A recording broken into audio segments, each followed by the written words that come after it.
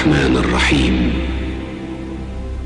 سنريهم آياتنا في الآفاق وفي أنفسهم حتى يتبين لهم أنه الحق أولم يكف بربك أنه على كل شيء شهيد صدق الله العظيم. Au nom d'Allah, le tout miséricordieux, le très miséricordieux. Nous leur montrerons nos signes dans l'univers et en eux-mêmes, jusqu'à ce qu'il leur devienne évident que c'est cela le Coran, la vérité. Ne suffit-il pas que ton Seigneur soit témoin de toutes choses? Ils sont dans le doute, n'est-ce pas, au sujet de la rencontre de leur Seigneur?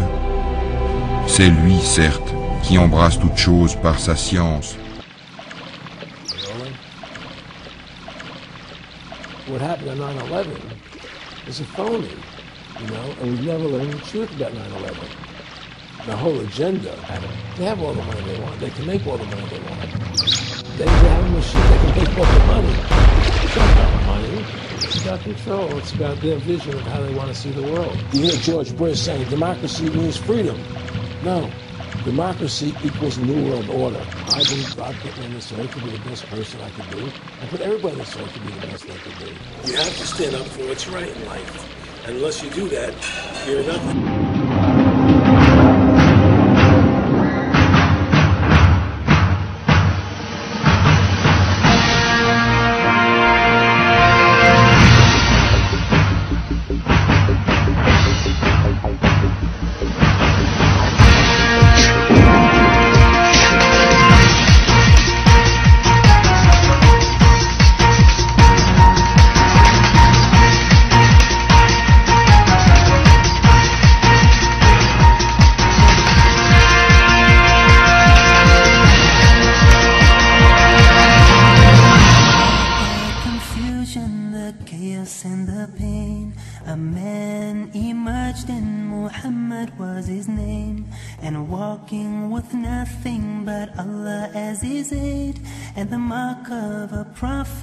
Between his shoulder blades, in a heaving Mount Hira, the revelation came.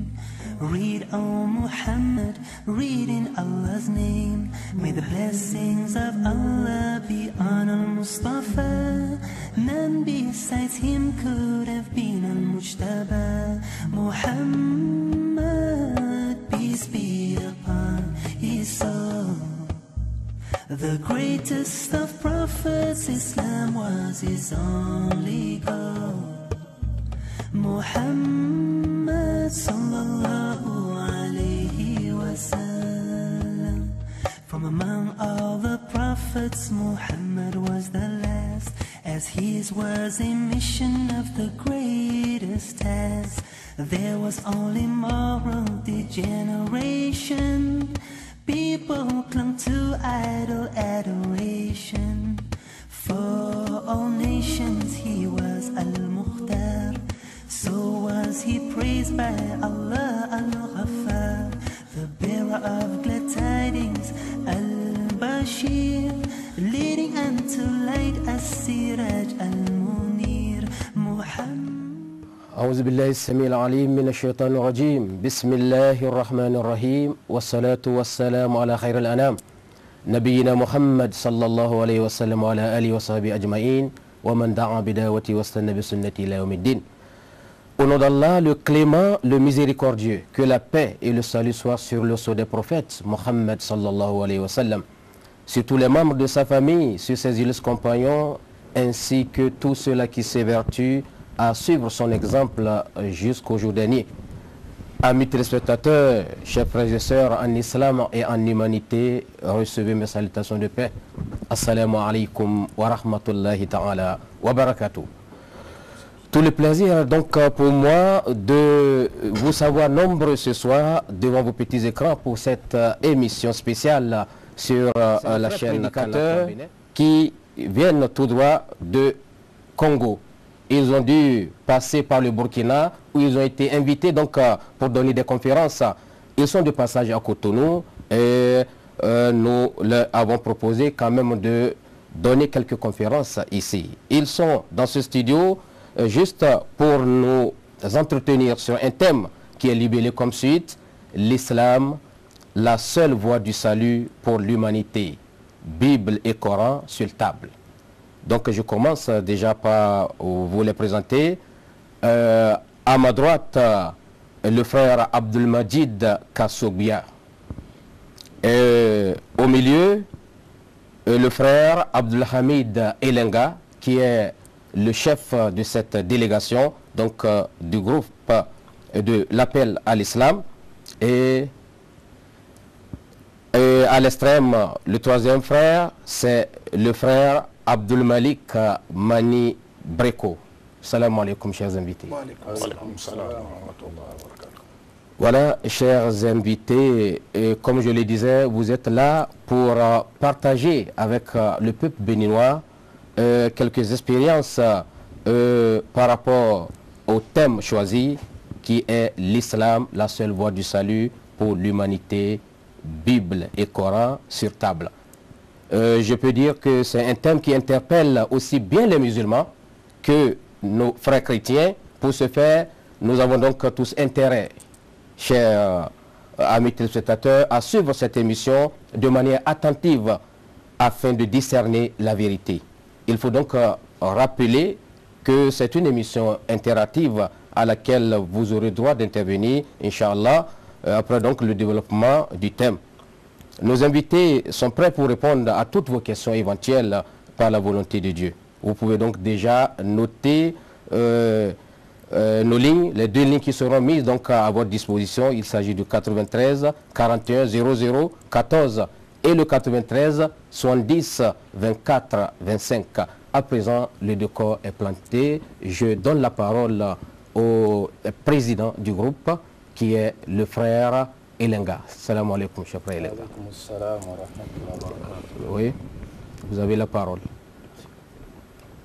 إن الحمد لله نحمده ونستعينه ونستغفره ونعوذ بالله من شرور أنفسنا ومن سيئات أعمالنا ما يهده الله فلا مضل له وما يضلل فلا هادي له وأشهد أن لا إله إلا الله وحده لا شريك له وأشهد أن محمدا عبده ورسوله اللهم صل وسلم وبارك على النبي الكريم وعلى آله وأصحابه ومن تبعهم بإحسان إلى يوم الدين أما بعد فإن خير الحديث كتاب الله وخير الهدي هدي محمد صلى الله عليه وسلم وشر الأمور محدثاتها وكل محدثة بدعة وكل بدعة ضلالة وكل ضلالة في النار ثم أما بعد. Après avoir loué et glorifié Allah subhanahu wa ta'ala, Seigneur des mondes, et demander que la paix et la bénédiction d'Allah soit sur le sceau des prophètes, le prophète Mohammed, sur ses compagnons, sur sa famille et sur tous ceux qui embrasseront cette belle religion que j'appelle l'islam jusqu'au jour de la rétribution. Par la permission d'Allah, nous allons ce soir tous ensemble découvrir donc ce thème que notre frère venait donc de l'énoncer, à savoir donc l'islam, seule voie du salut pour toute l'humanité. Donc Coran et Bible, Coran sur table. C'est un sujet combien capital, puisque notre salut en dépend. Et pour parler de ce sujet, force est donc de rappeler, de repartir dans le jardin d'Éden, lorsque Allah subhanahu wa ta'ala, quand je parle d'Allah, c'est-à-dire Dieu, et quand il a créé Adam, et de lui, il a donc tiré son épouse, qui est donc Hawa, c'est-à-dire Ève. Allah donc les fit habiter donc au paradis, et leur demandant donc de manger à leur guise dans ce dit paradis, mais en leur faisant donc interdiction d'approcher le fruit de l'arbre qui est donc dans ce paradis. Et voilà donc le diable, le shaitan Iblis, va donc par sa ruse, par sa tromperie, va donc pousser Adam et Ève à la désobéissance. Ils vont donc manger le fruit de l'arbre, et donc par de conséquences, Allah subhanahu wa ta'ala va donc les chasser donc du paradis. Et donc l'histoire, elle est bien connue, que ce soit dans le Coran et dans la Bible. Dans le Coran, donc le chapitre 2, à partir des versets 30 et suivants, on pourra retrouver la même histoire dans le chapitre 7 du Coran, la même histoire dans le chapitre 20. Donc nous allons un peu vite pour permettre justement le temps aux téléspectateurs d'intervenir. Alors donc, lorsque Allah subhanahu wa ta'ala a fait donc sortir Adam et Ève donc du paradis, il leur a donc donné le lieu de refuge ici sur terre. Donc ils ont pour lieu de refuge la terre, où ils vivront donc et jouiront des biens, des choses qu'Allah subhanahu wa ta'ala a mis à leur disposition pour un temps. Pour un temps, donc ils vont mener une vie temporaire ici sur terre. Et voilà qu'ils vont rester ici sur terre. Il va falloir après donc repartir vers cette vie, la vie éternelle dans laquelle ils vivaient, d'où ils étaient chassés. Alors comment faire donc pour repartir vers cette vie?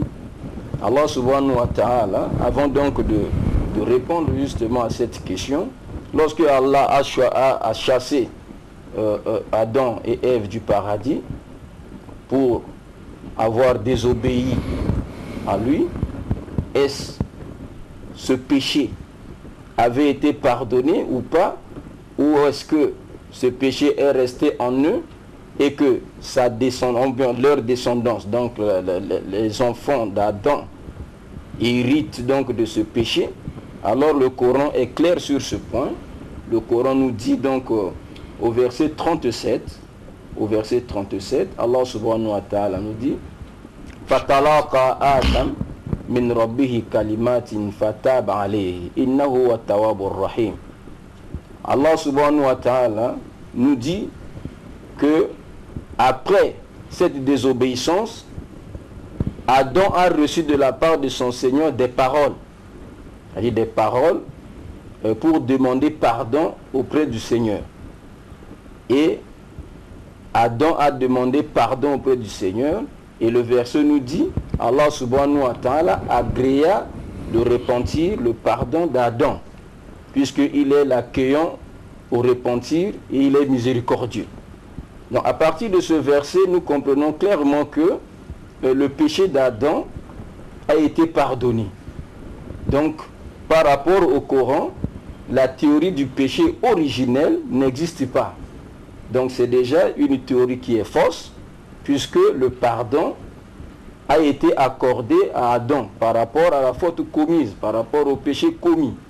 Donc, il n'y a pas un péché originel. D'où, s'il n'y a pas un péché originel, alors tout ce qui s'ensuit, le corollaire de tout cela, comme étant, c'est-à-dire pour avoir le salut, il faut peut-être croire à un sacrifice quelconque, à la mort d'une personne quelconque. Alors, tout de suite, cela est balayé, puisque le péché a été déjà pardonné.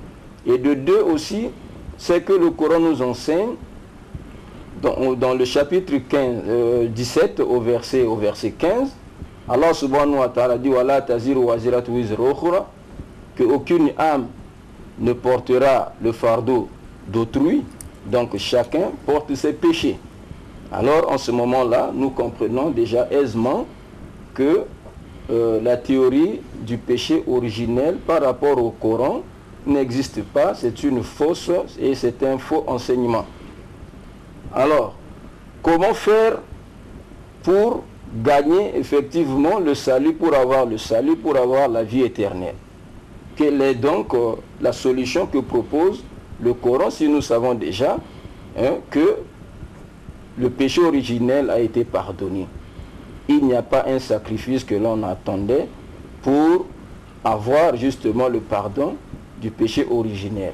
Alors le Coran nous propose ceci, toujours dans le chapitre 2, après avoir donc chassé Adam du paradis, Ève et leur descendance. Allah subhanahu wa ta'ala nous dit clairement, il dit فَإِمَّا يَأْتِيَنَّكُم مِّنِّي هُدًى فَمَنْ تَبِعَ هُدَايَ فَلَا خَوْفٌ عَلَيْهِمْ وَلَا هُمْ يَحْزَنُونَ. Au verset 38 du chapitre 2, Allah est clair, il dit: toutes les fois que je vous enverrai un guide, toutes les fois que je vous enverrai un guide, le guide ici, c'est-à-dire le prophète, toutes les fois que je vous enverrai un guide, donc ceux qui le suivront, n'auront point de crainte, et ne seront point affligés. Donc, par là, nous comprenons que pour avoir effectivement le salut, la voie éternelle, la vie éternelle, j'allais dire, que Allah subhanahu wa ta'ala devrait par la suite donc envoyer des prophètes ici sur terre. Et la même notion, nous allons donc la retrouver au chapitre 20 du Coran, verset 123. La même chose, quand Allah a chassé donc Adam et Ève du paradis, et par voie de conséquence avec leur descendance, Allah subhanahu wa ta'ala, il dit toujours فَإِمَّا يَأْتِيَنَّكُم مِّنِّي هُدًى. Donc, lorsque un guide vous viendra donc de ma part, فَمَنْ تَبِعَ هُدَايَ, celui qui suivra donc mon guide, فَلَا يَضِلُّ وَلَا يَشْقَى, ne se garera point et ne sera point malheureux. Donc par là nous comprenons aisément que le Coran nous propose, pour donc avoir le salut, c'est donc de croire en Allah, Dieu le Créateur, et croire en ses prophètes qu'il aura donc successivement envoyés vers leurs peuples respectifs, et donc les suivre donc ces prophètes. Ce n'est que par cette voie-là que l'homme pourra donc retrouver donc le salut qu'il avait dû perdre. Donc, lorsque ces prophètes arrivent, qu'est-ce qu'ils apportent comme message à leur peuple respectif? Donc, le Coran, dans ce sens, est clair. Et le Coran, donc, au chapitre 16, au verset 36, Allah subhanahu wa ta'ala dit: وَلَقَدْ بَعَثْنَا فِي كُلِّ أُمَّةٍ رَسُولًا أَنِ اعْبُدُوا اللَّهَ وَاجْتَنِبُوا الطَّاغُوتَ. Allah subhanahu wa ta'ala nous dit que nous avons envoyé dans chaque communauté, un messager pour leur dire. Donc lorsque ce messager arrive, c'était pour dire donc à son peuple respectif, pour leur dire adorer Allah seul. Adorer Allah seul, c'est-à-dire adorer Dieu seul et éviter le Taghut. Le Taghut, c'est quoi? C'est tout ce que l'on adore en dehors du Dieu véritable, le Dieu créateur. Donc adorer Allah seul et éviter l'adoration du diable. Donc voilà ce que les prophètes ont apporté comme message. Ça, c'est un message commun à tous les prophètes, c'est-à-dire l'unicité de Dieu dans son adoration. Croire en un seul Dieu créateur, l'adorer sans lui donner des associés. Voilà le message qui unit, qui rassemble tous les prophètes. Et voilà pourquoi. Le lien commun de tous les prophètes. Ouais, ça c'est le message principal de tous les prophètes. Appeler leur peuple respectif à l'adoration du Dieu créateur, parce que c'est le Dieu créateur qui mérite l'adoration. C'est le seul Dieu. Si on adore un Dieu quelque part qui n'est pas créateur, ça ce n'est pas Dieu. Ce n'est pas le véritable Dieu. Le Dieu véritable qui mérite l'adoration, c'est le Dieu créateur. Donc ils venaient tous pour appeler leur peuple respectif à l'adoration de ce Dieu créateur. Et sans lui donner des associés. Donc c'est le message que tous les prophètes ont véhiculé, ils ont apporté. Donc que ce soit Abraham, Moïse, hein, en passant par Jésus-Christ, qui est donc le dernier prophète des enfants d'Israël, mais l'avant-dernier prophète, considérons donc tous les prophètes de Dieu. Et donc, quand même Jésus arrive, Allah subhanahu wa ta'ala dans le Saint-Coran, parlons donc de Jésus au chapitre 5, au verset 72, il dit « Laqad kafara alladhina qalu inna Allah wal masih ibn Maryam wa qala al-masih ya bani Israël ubudullaha rabbi wa rabbakum innahu man yushrik billah faqad harrama Allah alayhi al-jannah wa ma li zalimina min al-ansar ». Vous comprenez? Donc ici, Allah subhanahu wa ta'ala, parlons donc de Jésus, il dit, certes, on mécru ceux qui disent que Allah, c'est le Messie fils de Marie. Dieu, c'est le Messie fils de Marie. Alors que le Messie a dit, voilà, c'est ce qui nous importe ici. Le message que le Messie Jésus a donné aux enfants d'Israël. Le Coran nous dit, wa qala al-masihu, alors que le Messie a dit, ya bani Israël, ubudullaha rabbi wa rabbakum, ô enfants d'Israël, adorez Allah, c'est-à-dire adorez Dieu. Adorez Dieu. Rabbi, mon Seigneur, wa rabbakum, et votre Seigneur. Innahu man yushrik billah, quiconque associe à Allah d'autres divinités, c'est-à-dire quiconque associe à Dieu d'autres divinités dans son adoration, faqad harrama Allah alayhi al-jannah. Allah lui interdit le paradis. Le paradis devient interdit à celui-là.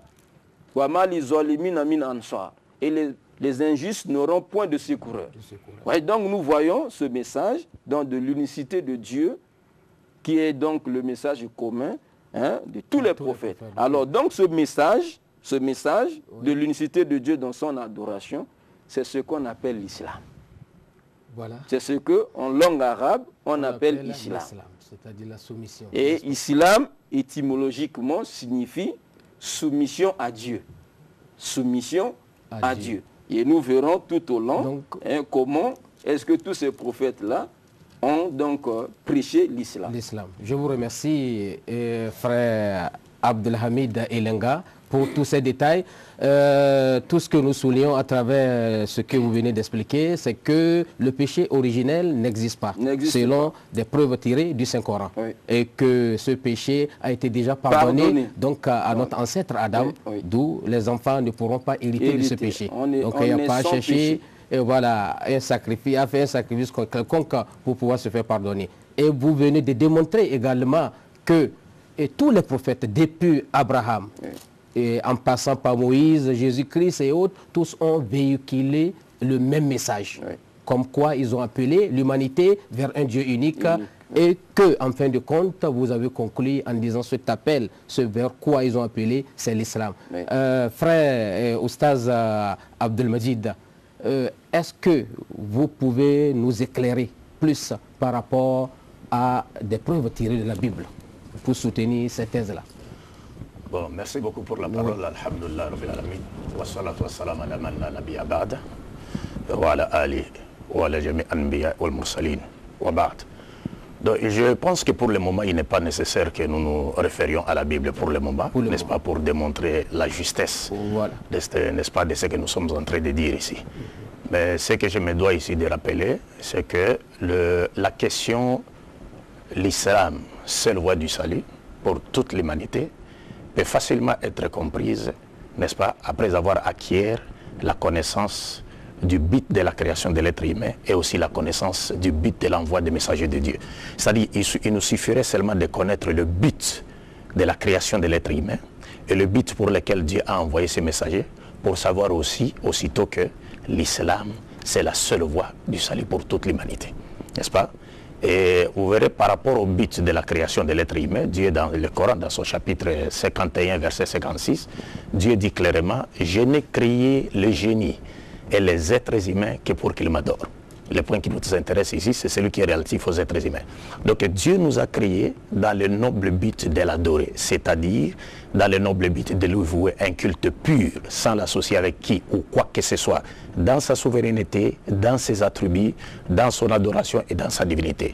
Et deuxième point, nous avions été créés pour mener une vie vertueuse fondée sur la volonté de Dieu, sur le plan vertical comme horizontal. Et enfin, nous avions été créés pour que nous fassions triompher la loi de Dieu, n'est-ce pas, sur tout système inventé par l'esprit de l'homme païen et qui ne profite qu'aux intérêts des gens de ce monde et qui ne parviennent pas, n'est-ce pas, qui ne parvient pas à permettre aux êtres humains, n'est-ce pas, de faire un retour vers les vraies valeurs spirituelles et morales pour lesquelles, lesquelles valeurs Dieu attend d'eux.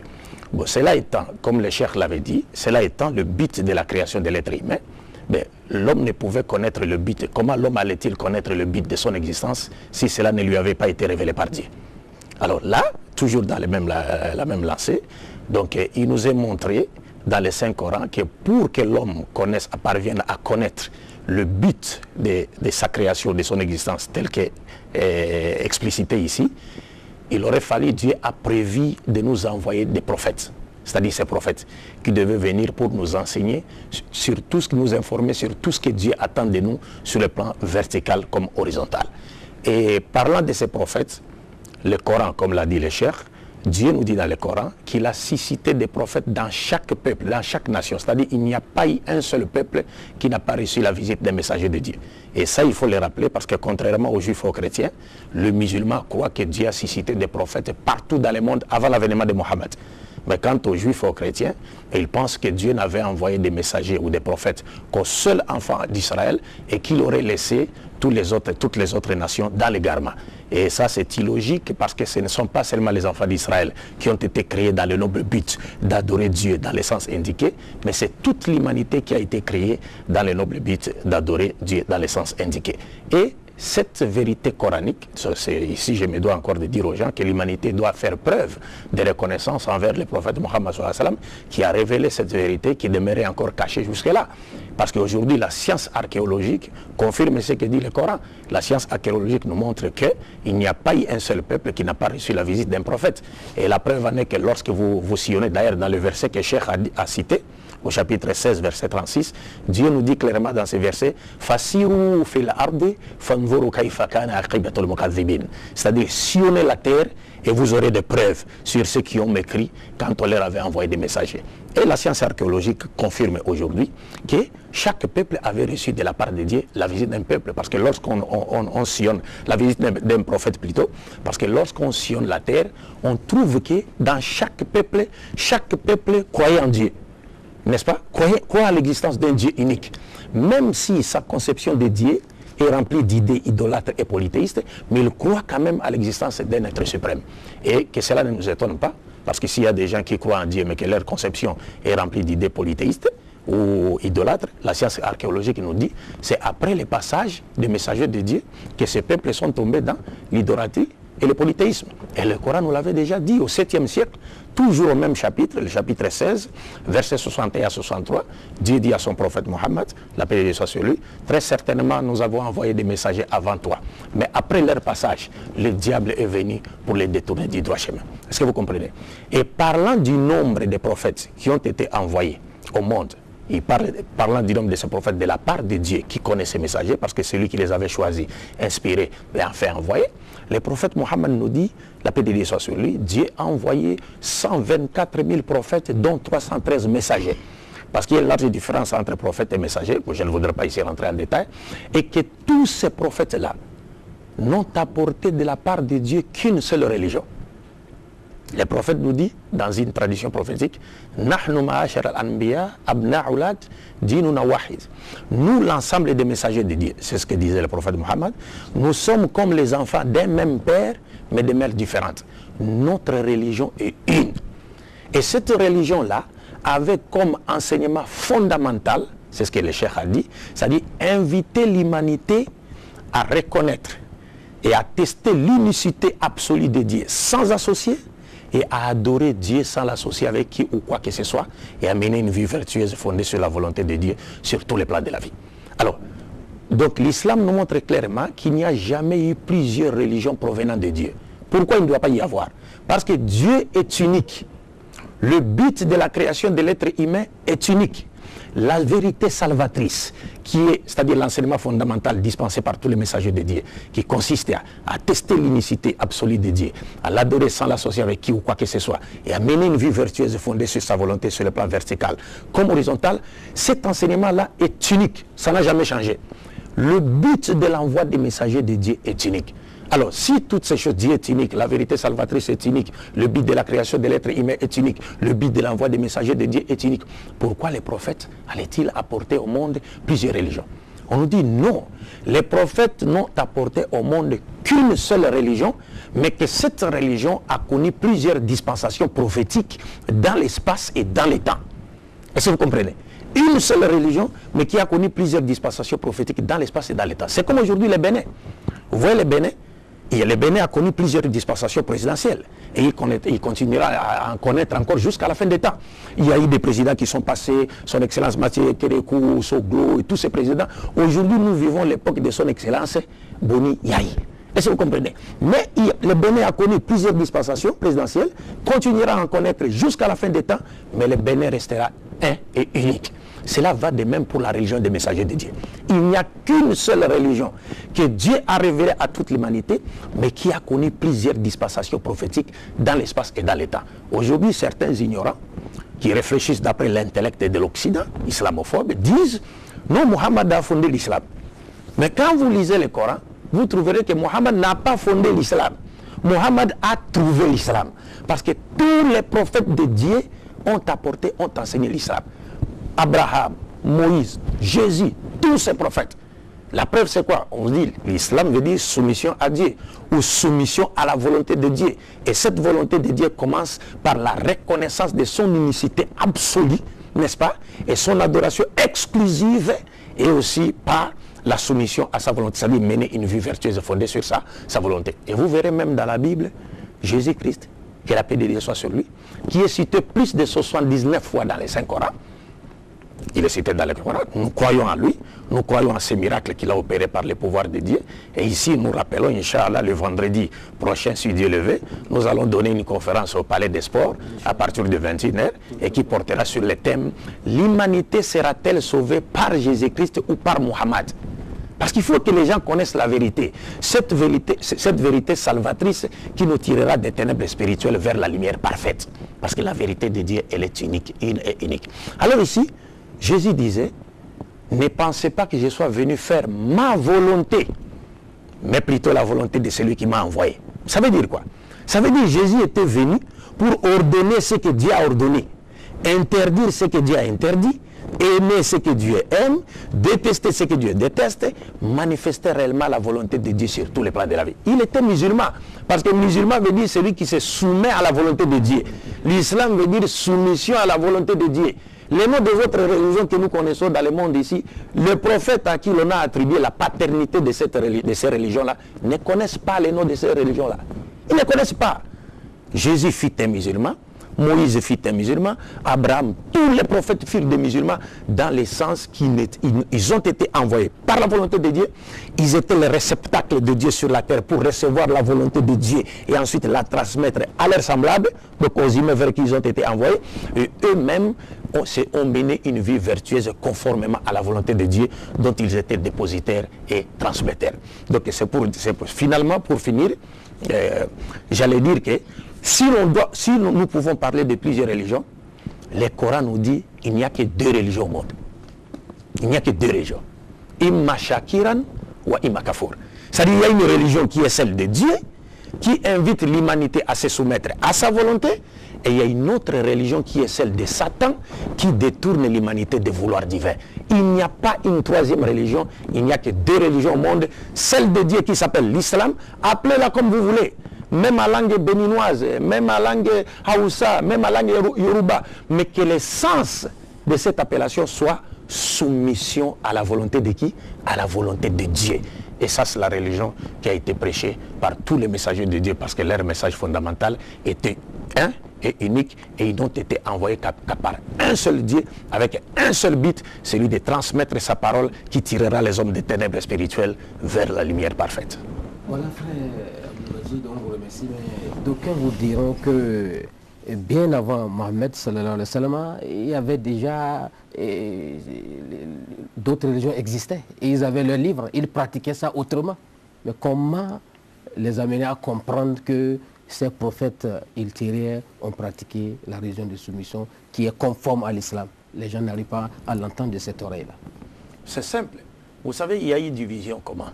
C'est-à-dire, comme le cheikh l'avait dit, c'est-à-dire pour permettre à l'humanité de retrouver la joie, le bonheur et la paix qu'elle a connue dans les jardins d'Éden, n'est-ce pas? Dieu a choisi de nous envoyer des prophètes. Maintenant, parmi nous, il y a ceux qui ont cru à certains prophètes et d'autres n'ont pas cru en eux. C'est ce qui a créé des divisions. Mais les prophètes entre eux-mêmes, il n'y a pas de division entre eux. C'est comme aujourd'hui, nous les musulmans, avec Jésus-Christ, la paix de Dieu soit sur eux. Il n'y a aucune division. Parce que si Jésus, par exemple, il portait la barbe comme moi, il mettait une soutane comme les musulmans. Il priait avant de prier, il faisait sa ablution, il se prosternait, il s'inclinait comme les musulmans. Parce que tous les prophètes de la Bible, là, ils priaient comme les musulmans. De Genèse jusqu'à l'Apocalypse. Il n'y a pas un seul qui a prié sur un banc ou sur une chaise. Non, non, non, parce que... Mais tout ça c'est confirmé. Parce que l'ordre de Dieu, quand il donne la loi, il dit, vous ne vous prosternerez pas devant un autre Dieu. Dieu veut que nous foulions, c'est-à-dire notre visage au sol. C'est sur notre visage qui repose notre dignité, notre honneur, notre prestige. Dieu veut que nous foulions ce visage au sol. Pour montrer, bien qu'il a fait de nous des vicaires sur la terre, mais pour montrer que c'est à lui qu'appartient la gloire et les louanges dans les siècles des siècles. Amen. Donc tous les prophètes ont prié comme cela parce qu'on ne prie pas comme on veut, mais on prie comme Dieu le veut. Vous ne pouvez pas vous fabriquer une manière de prier. C'est à Dieu qu'il appartient de vous montrer comment vous devez les prier. Mais quant aux invocations, vous pouvez invoquer Dieu selon vos besoins, comme vous voulez. Mais la prière, c'est Dieu qui doit vous montrer les mots que vous devez répéter dans votre prière, les mouvements que vous devez effectuer, parce que vous, étant un être humain, votre intelligence est finie. Vous ne pouvez pas, n'est-ce pas, glorifier ou honorer Dieu à sa juste mesure, lui qui est infini. Donc le fait que les gens ont cru, c'est comme aujourd'hui en politique même, vous le voyez. Il peut y avoir quelqu'un qui prend aujourd'hui le pouvoir, mais il y a un groupe d'opposants qui refusent de reconnaître son pouvoir. Bien qu'ils vivent dans le même pays, mais ils refusent de le reconnaître comme étant leur président. Est-ce que vous comprenez? Cela est arrivé également avec les prophètes. Vous voyez Jésus-Christ, la paix de Dieu soit sur lui, quand il est venu. Les Juifs ont refusé de croire en lui. Les Juifs ont refusé de croire en lui. Maintenant, ceux qui ont cru ont été chassés des synagogues. Maintenant, ça a créé quoi? Ça a créé une division. Pourtant, si les Juifs croyaient sincèrement à Moïse, ils auraient dû croire en Jésus. Parce que Jésus n'était venu qu'en accomplissement des prophéties qui avaient été faites ou annoncées par Moïse. Et cela va de même avec Mohammed sallallahu alayhi wa sallam. C'est-à-dire, si les chrétiens croient sincèrement en Jésus, si les Juifs croient sincèrement à Moïse, ils doivent croire à Mohammed qui est venu en accomplissement des prophéties qui ont été annoncées avant. Aujourd'hui, par exemple, mais s'ils refusent de croire en Jésus, les Juifs, ils seront punis à cause de cela. Si aujourd'hui les chrétiens refusent de croire à Mohammed, ils seront punis à cause de cela. Et c'est facile à comprendre. Nous sommes aujourd'hui au Bénin. S'il s'élevait par exemple un Béninois qui disait son excellence Boni Yahi n'est pas son président. Son président c'est plutôt Mathieu Kérékou. Mais cet homme a arrêté parce qu'il agit contre la constitution béninoise qui reconnaît à la personne de son excellence Boni Yahi comme étant l'actuel président de la République. Donc c'est un rebelle qui doit être arrêté, jeté en prison. Cela va de même sur le plan supérieur. Quand vous refusez de croire à un messager de Dieu qui est venu en accomplissement des prophéties, qui est venu pour compléter les enseignements de ceux qui l'ont précédé, vous subirez les mêmes sorts sur le plan spirituel. Donc c'est un peu ça. Je vous remercie. Que Dieu soit loué, mon frère. Oui, amin. À présent, je m'adresse à vous, frère Abdel Malik Mani Breko. Oui, le temps évolue, mais nous allons quand même, je vais vous permettre de dire un mot juste sur le thème. L'islam, voie du salut pour le Mali. Shukran. Alhamdulillah Rabbil Alamin. Assalatu wassalamu ala Nabil Karim wa ala alihi wa sahbihi wa man tabi'ahum bi ihsan ila yawmiddin. Amma ba'd. Ça, c'est un sujet très important et je parie que les chers téléspectateurs qui sont en train de nous suivre seraient déjà en train de voir comment le chemin est en train d'être balisé. Donc, l'objectif dans tout ce que nous voulons apporter comme message aux téléspectateurs, ceux qui nous suivent, et les musulmans et les non-musulmans, c'est de leur apporter juste ce rappel. Voyez-vous, ils doivent reconnaître et ils doivent comprendre et connaître qu'il n'y a qu'un seul Dieu. Un seul Dieu qui a créé les cieux et la terre, et c'est ce Dieu-là qui mérite l'adoration. Et donc, dans le plan du salut, c'est Dieu a envoyé dans le temps et dans l'espace beaucoup de messagers, beaucoup de prophètes. Et tous ces messagers, tous ces prophètes ont apporté un même et unique message, qui était l'unicité des dieux. Amener leur peuple respectif à croire qu'il n'y a qu'un seul Dieu et que c'est ce Dieu-là qui mérite l'adoration. Et que l'adoration qui lui est vouée est une adoration totale, globale et exclusive.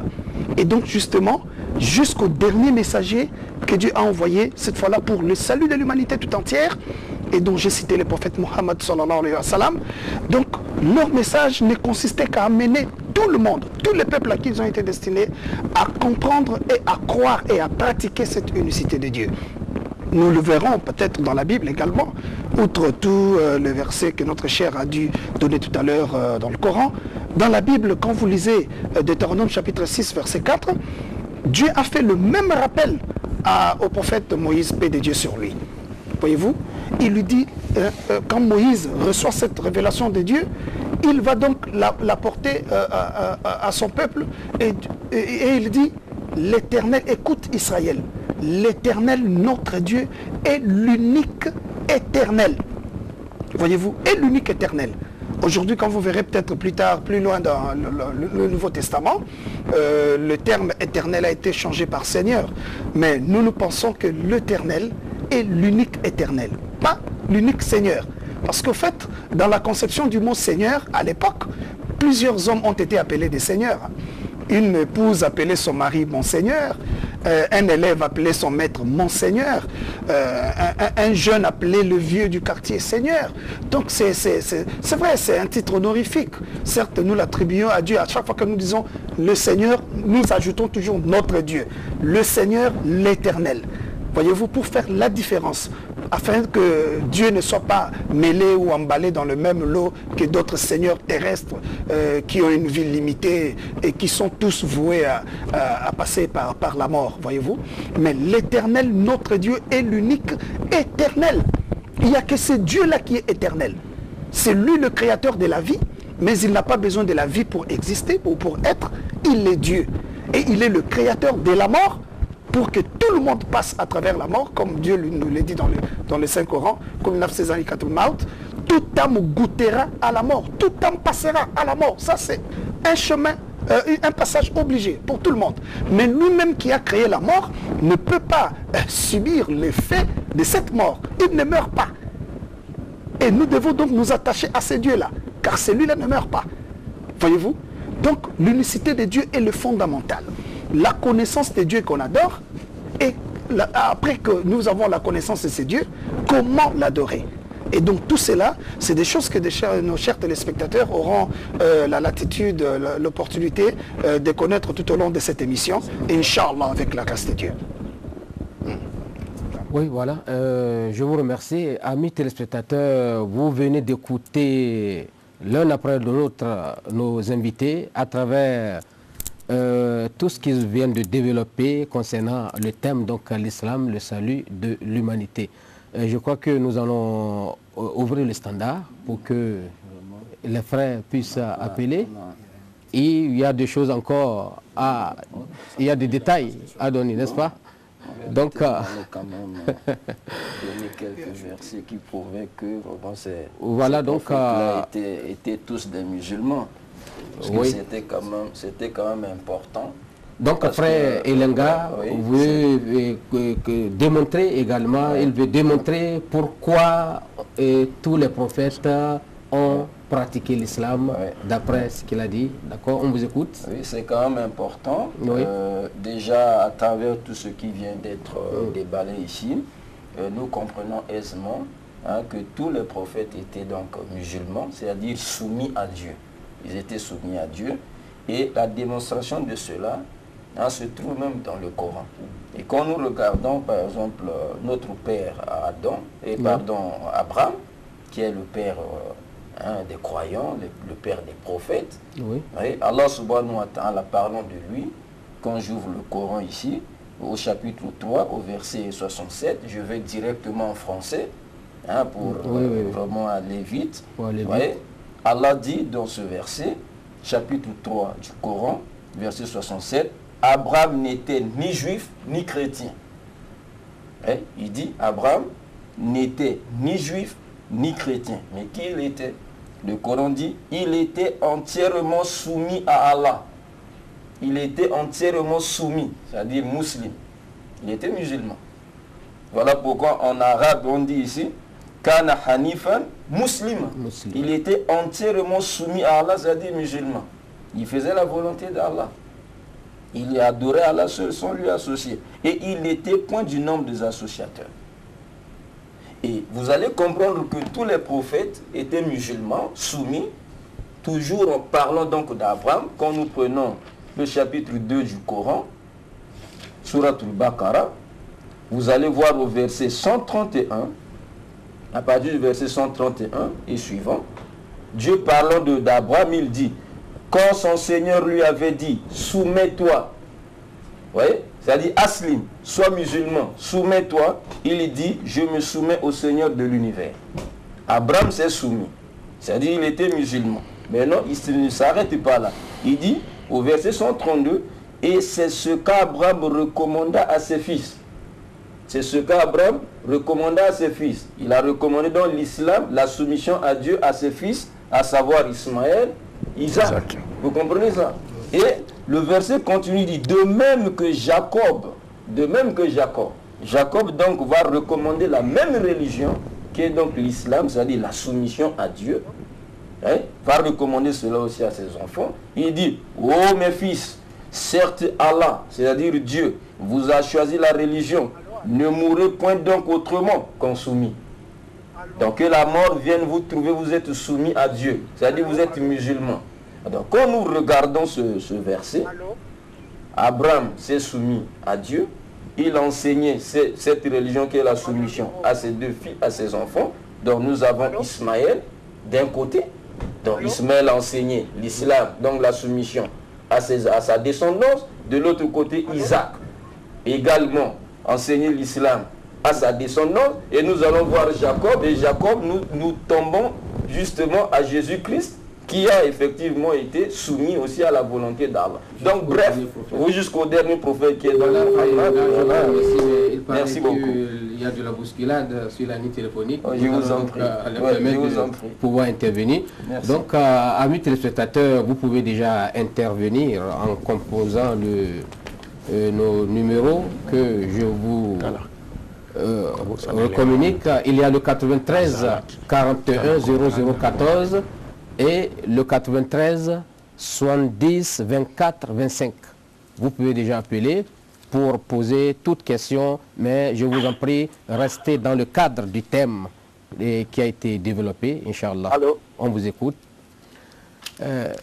Donc, avant qu'on ne reçoive notre intervenant, tout à l'heure, Oustaz Abdelmajid disait que certaines religions dont le nom est attribué, ou bien la paternité attribuée à certains prophètes, les prophètes ne reconnaissent même pas le nom de ces religions-là. Comment expliquez-vous cela? Oui, l'intervenant, on vous écoute. Oui. Présentez-vous, s'il vous plaît. Pardon? Présentez-vous. Oui, c'est Abdurrahman Yacoub depuis Porto Novo. Oui, le frère Abdurrahman Yacoub depuis Porto Novo. Oui. Oui, on vous écoute. Oui, soyez bref, vous avez une question, c'est ça?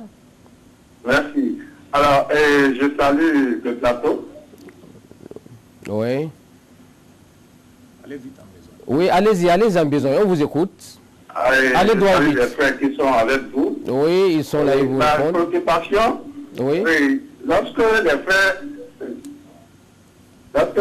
proclament que l'islam est la seule voie du salut, alors ne crée-t-il pas une réponse de la part des chrétiens qui eux aussi soutiennent, mordicus que le Christ est le salut? Voilà. Sont-ils prêts pour un débat contradictoire avec nos frères chrétiens? Je vous remercie. Voilà, on vous remercie. Voilà, frère Abdelmajid, vous avez suivi la question. Nous remercions les frères pour sa question. On aurait souhaité que cette question nous vienne d'un chrétien. D'un chrétien, n'est-ce pas, d'un musulman, quoi. Ben, ce qui est vrai, comme je l'ai dit ici, lors de mon intervention, ma première intervention, qu'il n'y a aucune division, aucune divergence entre nous, les musulmans, et Jésus-Christ. Est-ce que vous comprenez? S'il peut y avoir des divergences... C'est le frère Boukari Ibrahim. Oui, Boukari Ibrahim, vous nous appelez d'où? De Calavi. Depuis Calavi. Bon, allez-y pour votre préoccupation. D'accord, je salue les frères qui sont sur le plateau. Oui. Qu'Allah nous guide et raffermisse nos pas dans l'espace chemin. Amen. Oui, en écoutant l'exposé, oui, l'attitude de nos actuels frères qui se réclament chrétiens. Je veux plus savoir si Jésus a parlé de la chrétienté, il a parlé en tant que chrétien, il a réclamé que les chrétiens, ou bien il a réclamé que les musulmans, et cela dans la Bible. Voilà. Vous voulez qu'on vous demande oui. Pas de verset biblique que Jésus lui-même, c'est donc il s'est réclamé. Voilà. Et quelle doit être l'attitude de nos frères et amis actuellement qui se disent chrétiens. Voilà, c'est clair. Ce sera tout? Oui, c'est tout. Merci beaucoup. Voilà. Donc, oui, on vous écoute. Présentez-vous, s'il vous plaît. Allô? Présentez-vous. Moi, c'est le frère Abdounafi Alao. Il n'y a que des musulmans. Abdounafi Alao. Alao, oui. C'est-à-dire, d'autres l'émission avec attention, mais moi, je vais inviter que nous sommes des musulmans, vous voyez, lorsqu'on a mis des trucs du Coran, déjà, nous sommes rappelés que l'islam, c'est le salut, c'est la seule voie du salut de l'humanité, ça c'est vrai. Mais pour pouvoir démontrer ça, moi, je vais inviter nous apporter des preuves palpables de la Bible, pour pouvoir convaincre ceux n'a pas, vous voyez. Si nous avons mis des preuves qui sont dans le Coran, nous sommes là convaincus, mais eux qui se disent c'est dans le Coran. Alors que nous apportons vraiment des preuves palpables dans la Bible, pour les convaincre, cela serait mieux. C'est ce que moi je pense. Voilà, on vous remercie. Et donc, permettez à nos invités de répondre rapidement à ces deux questions d'abord, avant de continuer. Donc, vous venez d'écouter les questions, frère Abdelmajid. Le premier intervenant, il disait, est-ce que Jésus lui-même se réclame chrétien ou musulman? Et que... Oui, bon, merci beaucoup pour m'avoir donné la parole. Je dirais simplement ceci, je vais rappeler le verset qui nous a été lu par les chefs ici. Lorsque Dieu parlant de notre père Abraham, le père des croyants, le père des prophètes, le centre des vertus humaines, Dieu dit dans le Coran, parlant d'Abraham, Abraham n'était ni juif ni chrétien, mais il était musulman. Pourquoi? Et il y a un autre verset dans lequel Dieu met au défi les juifs et les chrétiens dans le Coran, en leur disant, voulez-vous dire que Jacob, ses fils et tous les prophètes d'Israël étaient des juifs ou des chrétiens? Personne. Personne n'osera montrer son doigt pour dire oui, Jacob était chrétien, oui, ses fils étaient chrétiens, encore oui, ils étaient des juifs. Non, non, non. Et pourquoi Dieu dit-il dans le Coran qu'Abraham n'était ni juif ni chrétien? D'abord, vous devez vous rappeler que le mot juif a pour origine les noms de l'un des 12 petits-fils, arrière-petits-fils d'Abraham, qui s'appelait Juda. C'est-à-dire Abraham a enfanté Isaac, Isaac a enfanté Jacob, Jacob a enfanté ses 12 fils. L'un de ces 12 fils s'appelait Juda. C'est du nom de Juda qu'est sorti le nom judaïsme. Vous voyez, judaïsme d'abord en tant que le mot juif, je parle d'abord des mots juifs. Le mot juif, juif d'abord en tant que quelqu'un qui appartient à la tribu de Juda, qui est descendant de Juda. Juif, quelqu'un qui appartient plutôt à la tribu de Juda. Juif comme quelqu'un qui vivait dans les royaumes d'Israël du sud, parce qu'après la mort du roi Salomon, le royaume d'Israël s'est scindé en deux parties. Le royaume du nord, Israël, qui avait pour capitale Samarie, et le royaume du sud, Juda, qui avait pour capitale Jérusalem. Et ceux qui habitaient les royaumes du sud étaient appelés des Judéens ou des Juifs. Mais ce mot a pris un sens spirituel après la déportation à Babylone. C'est-à-dire, lorsque le roi Nabucodonosor avait déporté les enfants d'Israël à Babylone, c'est le prophète Ézéchiel qui a fondé ce qu'on appelait le judaïsme, c'est-à-dire une manière de vivre sa foi au Dieu unique telle qu'elle était pratiquée par les Juifs qui habitaient les royaumes du Sud. Donc vous, en un mot, vous comprenez aussitôt que le mot juif a vu jour après qu'Abraham soit passé. Bon, si le mot juif a vu jour après qu'Abraham soit passé, diriez-vous qu'Abraham était un juif? Et si le mot juif dérive de Juda plutôt, l'un des arrière-petits-fils d'Abraham, qui de Juda ou de Dieu a-t-il existé avant l'autre? N'est-ce pas Dieu? Mais pourquoi le nom de la religion de Dieu ne proviendrait-il pas de Dieu lui-même? Mais il doit provenir du nom qu'a porté un être humain. Alors le Coran nous dit aussi qu'Abraham n'était pas chrétien. Pourquoi Abraham n'était pas chrétien? Parce que nous le répétons que Jésus-Christ lui-même ne connaît pas le mot chrétien. Il ne connaît pas le mot christianisme. Ça sont des mots d'origine grecque, christianos, ainsi de suite, qui ont vu jour après que Jésus soit passé. Lui-même ne connaît pas ces noms-là.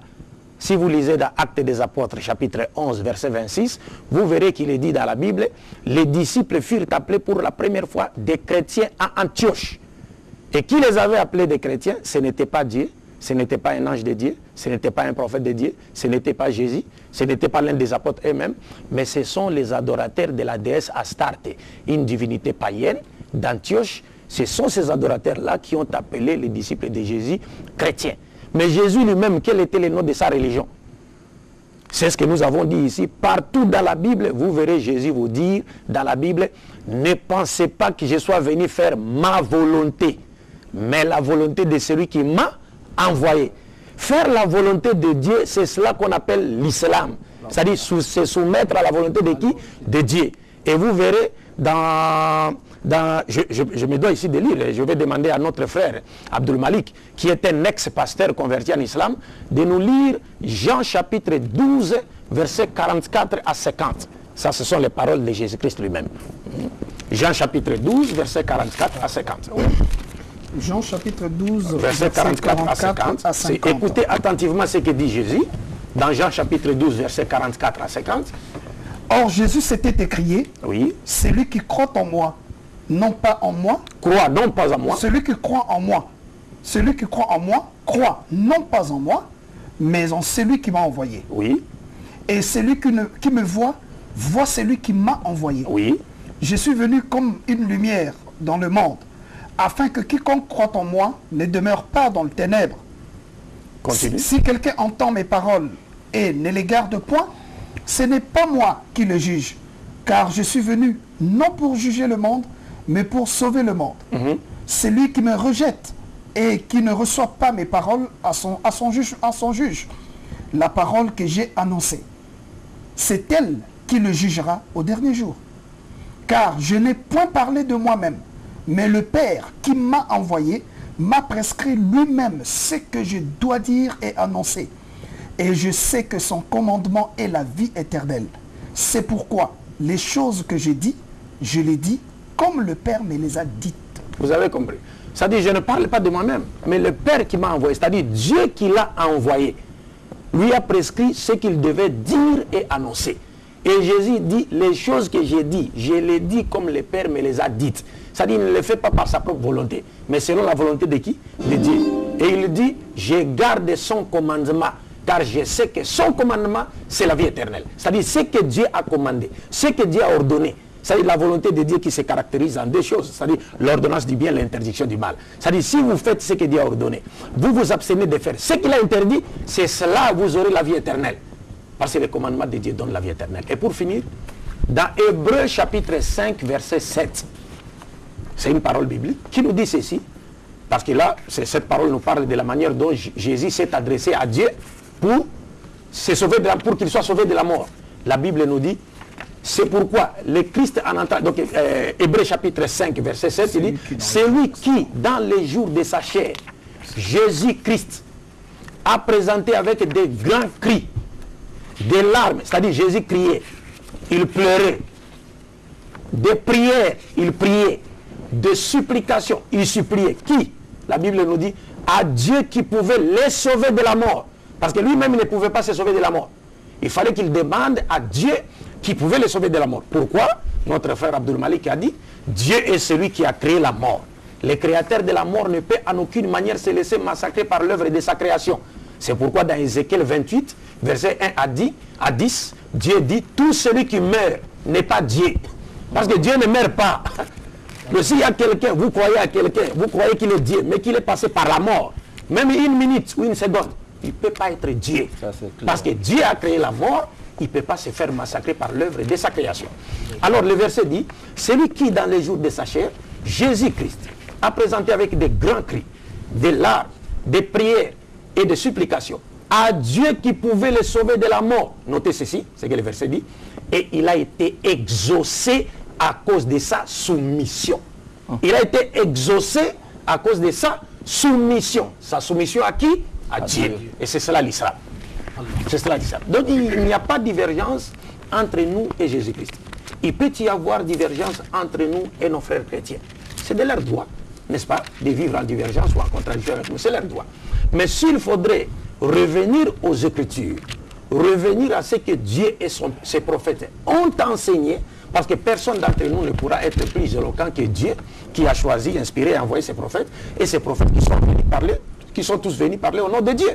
Donc si nous voulons justifier notre position respective, nous devons la faire sur base des propres déclarations de Dieu et des propres déclarations de ses prophètes. Donc quand vous regardez, tous les prophètes ont été envoyés pour appeler l'humanité à se soumettre à la volonté de Dieu. D'abord, nous existons sur une terre. Oui, salam alaikum. Oui, allô? Oui, on vous écoute. Ok, bonsoir. Bonsoir, monsieur. Bonsoir. Oui, moi c'est Agnès Soton, j'appelle depuis le Bozo Pareil. Agnès. Agnès Soton, frère. Voilà. Oui, moi je suis un chrétien né de nouveau et je suis en train de suivre l'émission. Oui. Et le thème c'est l'islam, seule voie du salut de l'humanité. Tout à fait. Alors il est dit dans le livre de Jean 3,16. Oui. Car Dieu a tant aimé le monde qu'il a donné son Fils unique afin que quiconque croit en lui ne périsse point, mais qu'il ait la vie éternelle. Maintenant, entre Jésus-Christ et Mahomet, celui qui nous a donné le salut par la croix, et moi, selon ma foi, je crois que c'est celui qui est mort à la croix. Parce que si on parle du salut, il y a un sacrifice qui a été fait. Oui. Donc, et le sacrifice, c'est Jésus qui a fait ce sacrifice. Alors, je crois que l'islam, c'est un chemin, mais c'est Jésus-Christ qui est le chemin qui mène au salut. Au salut. Parce que vous croyez que lui s'est sacrifié pour l'humanité, c'est ça? Oh, oui, oui. Voilà. Merci beaucoup. Il n'y a pas de quoi, on vous remercie. Oui.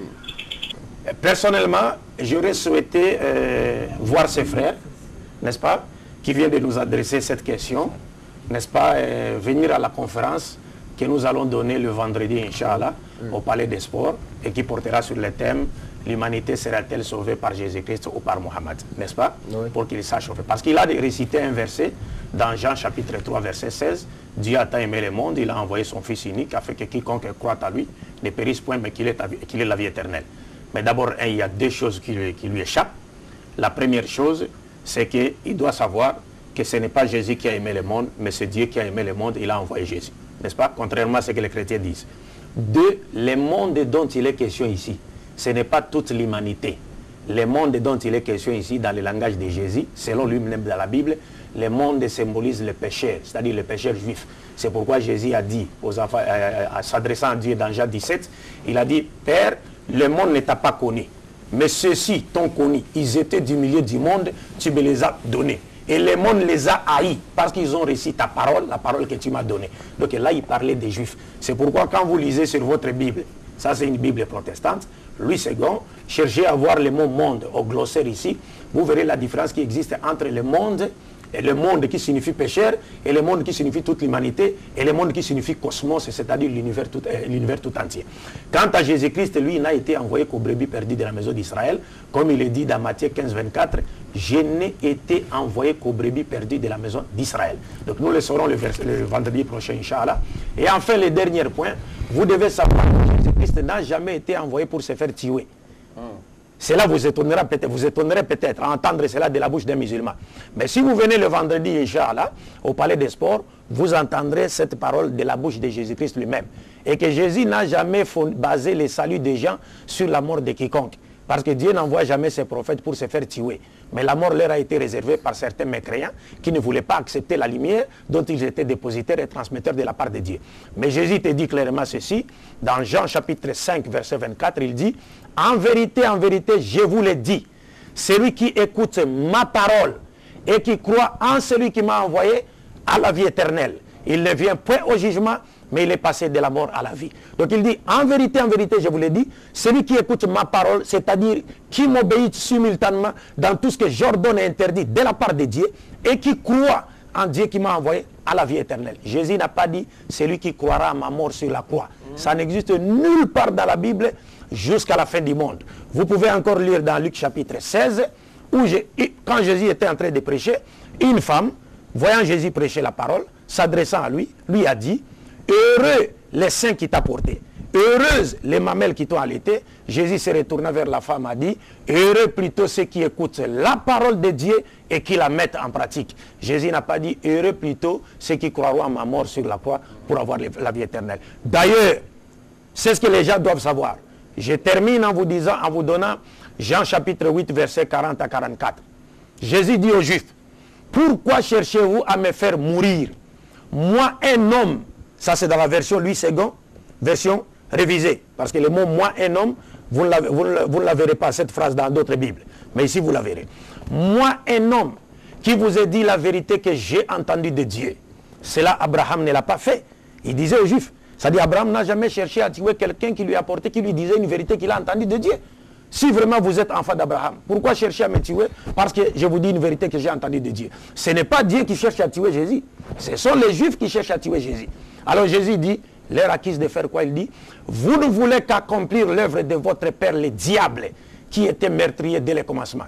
Chercher à tuer Jésus, ce n'est pas accomplir la volonté de Dieu, mais plutôt accomplir les désirs du diable.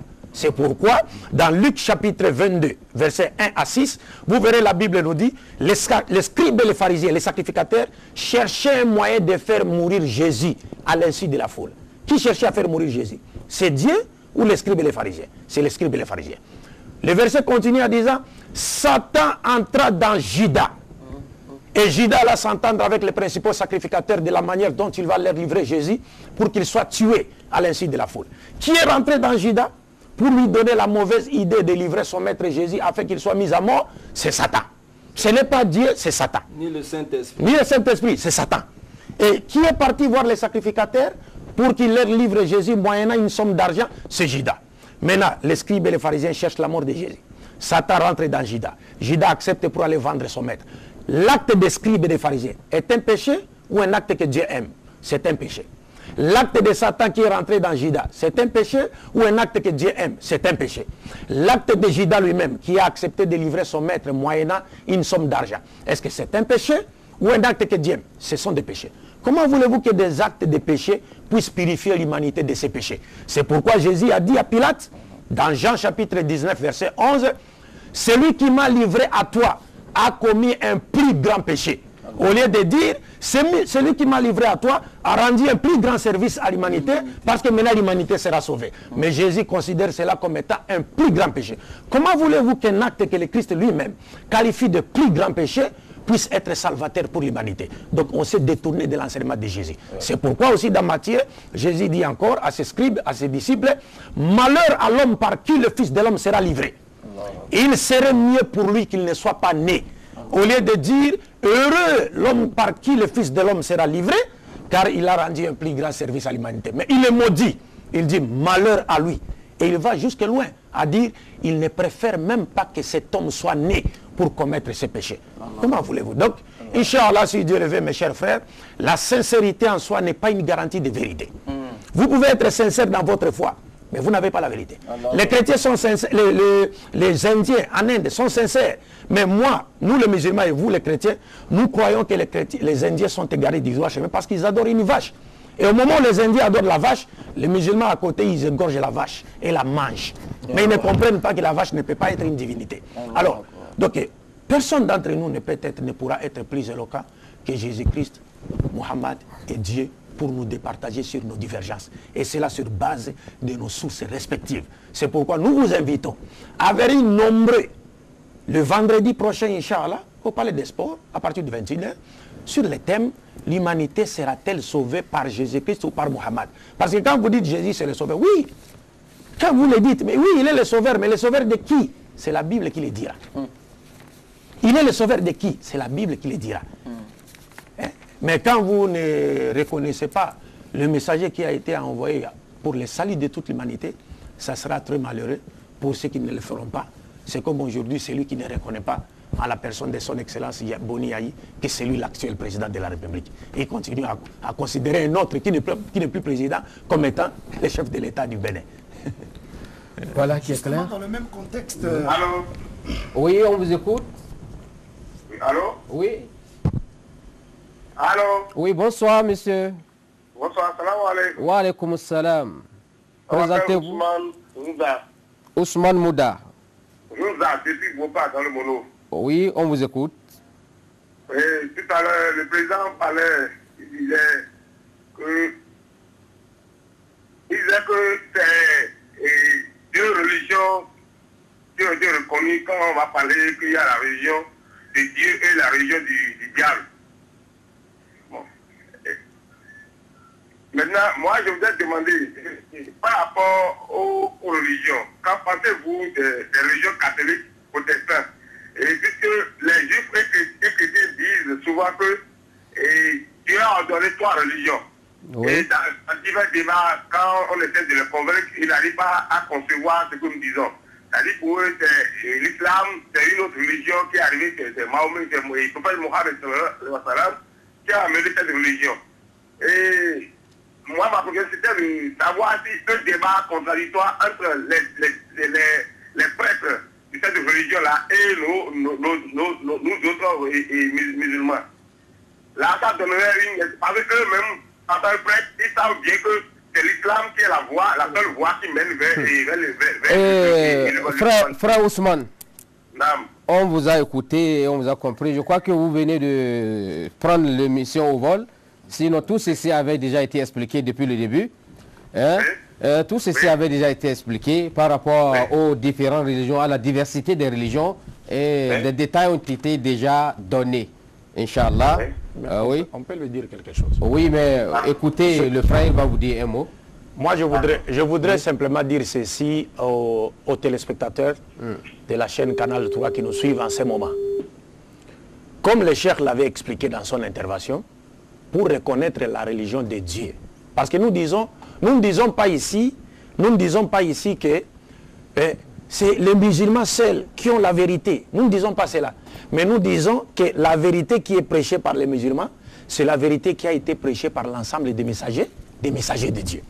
Et pour reconnaître la religion de Dieu, ceux qui sont dans la religion de Dieu, il n'y a que 2 choses.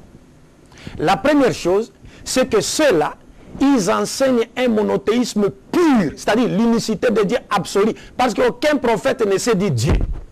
Quand vous appartenez à une religion qui vous dit qu'un prophète est devenu Dieu, c'est-à-dire les gens se sont détournés de la sainte doctrine qu'il a enseignée. Aucun prophète de Dieu n'a pas enseigné la Sainte Trinité, qui est de 2 formes, catholico-protestante et sabélianiste, que les chrétiens qui ont étudié l'histoire de l'Église le savent.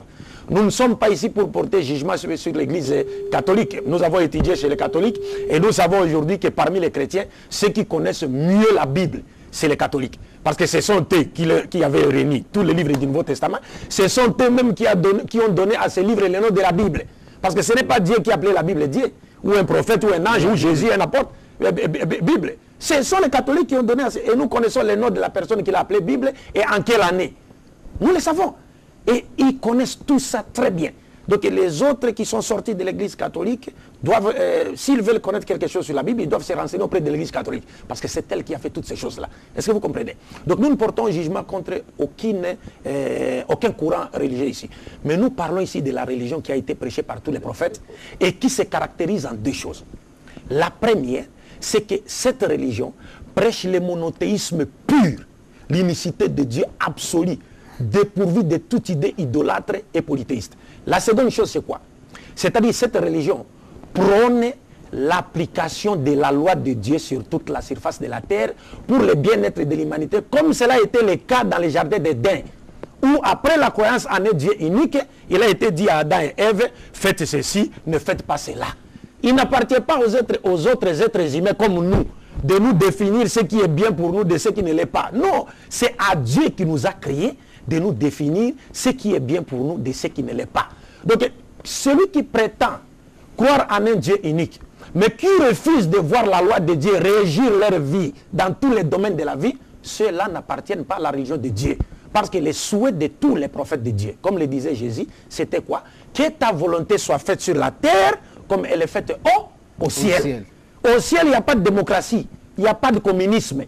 Dieu règne à maître et contesté, incontestable par sa loi pour le bien-être des créatures célestes. Et Dieu veut également régner sur la terre par sa loi pour le bien-être des créatures célestes. Mais une loi, ce n'est pas comme les autres, parce qu'il y a aujourd'hui des musulmans égarés qui veulent imposer la charia, qui tuent les gens, qui coupent les mains, contrairement aux dispositions de la charia. Donc l'islam n'a rien à voir avec cela. On n'impose pas la charia en islam.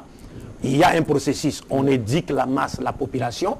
Une fois que la loi de Dieu sera acceptée dans le cœur des gens, elle s'appliquera d'elle-même dans leur société. On n'impose pas la loi de Dieu. Voilà, on vous remercie, frère Abdelmajid. Je crois que le délai imparti pour cette émission tire pratiquement à la fin. Mais le frère a un mot à dire. Rapidement. Je voulais juste ajouter quelques secondes un petit mot par rapport, avant que l'intervenant, les téléspectateurs en aient appelé, par rapport à la mort, bien sûr, à la mort du Messie. Juste leur donner quelques références bibliques qui pourront, n'est-ce pas, sous-tendre leur connaissance par rapport à ce que le cher Abdelmajid avait dit tout à l'heure. Donc quand vous lisez dans Ézéchiel chapitre 18, à partir du verset 4, Dieu dit, voici, l'âme du Fils m'appartient et l'âme du Père également m'appartient. Voyez-vous? Et l'âme qui pêche, c'est celle qui mourra. Donc Dieu ne peut... Puisqu'à l'époque, en Israël, il y a un adage où tout le monde en Israël, les Juifs disaient, les pères ont mangé des raisins verts et les dents des enfants en ont été agacées. Et Dieu a interdit aux enfants d'Israël, il dit, je ne veux plus entendre ces proverbes parmi le peuple. Le proverbe selon lequel le père a mangé des raisins verts et les dents des enfants en ont été agacées. Et Dieu dit que l'âme du Fils, de même que l'âme du Père, toutes les deux m'appartiennent. Et il dit l'âme qui pêche, c'est celle qui mourra. Et quand vous lisez dans Psaume chapitre 16, à partir du verset 10, là encore c'est une prophétie qui concernait le Messie. Et la Bible dit, tu ne livreras pas mon âme au séjour des morts et tu ne permettras pas que ton oint voie la corruption. C'est une prophétie qui concernait le Messie, que le Messie ne devrait pas mourir. Et encore dans Psaume chapitre 20, au verset 7, la Bible dit, je sais que l'Éternel sauve son Messie. Je sais que l'Éternel sauve son oint.